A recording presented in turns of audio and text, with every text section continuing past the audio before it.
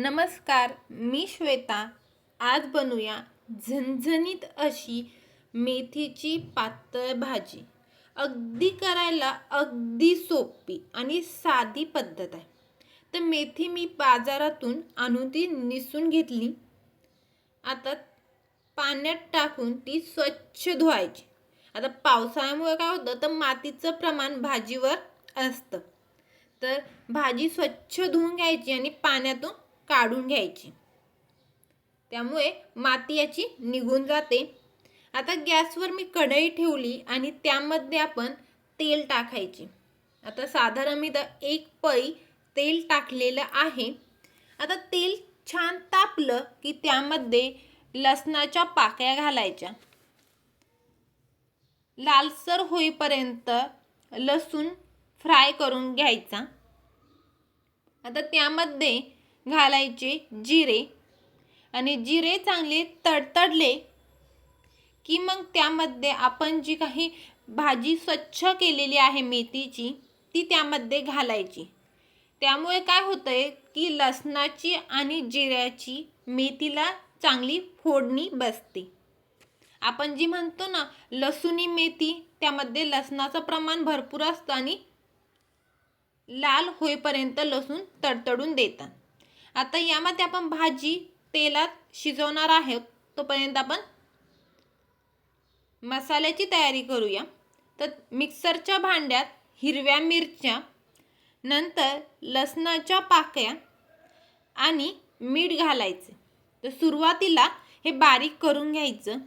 नंतर त्यामध्ये घालायचे शेंगदाणे आणि शेंगदाणे पण मिक्सरमध्ये फिरवून घ्यायचे।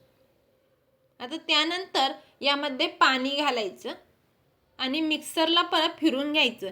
यामुळे काय होतं ती वाटण आपलं एकदम मऊ वाटण तयार होते। इथं आपलं वाटण तयार झालेलं आहे।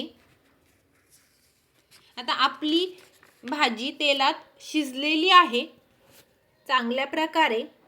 तर आता यामध्ये आपण जे काही बारीक वाटण तयार केलेलं आहे तर त्यामध्ये घालायचे। जर तुम्हाला चॉपर किंवा गणपतीचं डेकोरेशन असं काही साहित्य लागत असेल तर डिस्क्रिप्शन बॉक्समध्ये मी त्यांची लिंक दिलेली आहे, तर तुम्ही तिथे जाऊन बघू शकता। आणि जर तुम्हाला खरेदी करायची असेल तर त्या लिंकवर जाऊन तुम्ही खरेदी करू शकता। आता भाजी चांगली शिजलेली आहे। त्याला आता त्यामध्ये आपल्याला रस्सा भाजी बनवायची, म्हणून त्यामध्ये आपण 1 तांब्या पाणी घातलेलं आहे। आता तुम्हाला जेवढा घट्ट किंवा पातळ रस्सा बनवायचा आहे त्याप्रमाणे तुम्ही त्यामध्ये पाणी घाला आणि व्यवस्थित असं मिक्स करून घ्यायची। आता आपली भाजी तेलात खूप छान अशी परतलेली आहे। तर 5-1 मिनिटं त्यावर झाकण ठेवायचे आणि उकळी घ्यायची।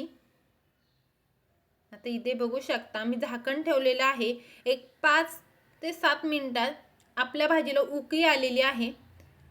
मस्त अशी पातळ अशी मेथीची भाजी आणि त्यासोबत गरमागरम अशी भाकरी खाऊन बघा, नक्की ट्राय करून बघा। अशी रेसिपीसाठी चॅनलला सबस्क्राईब करा।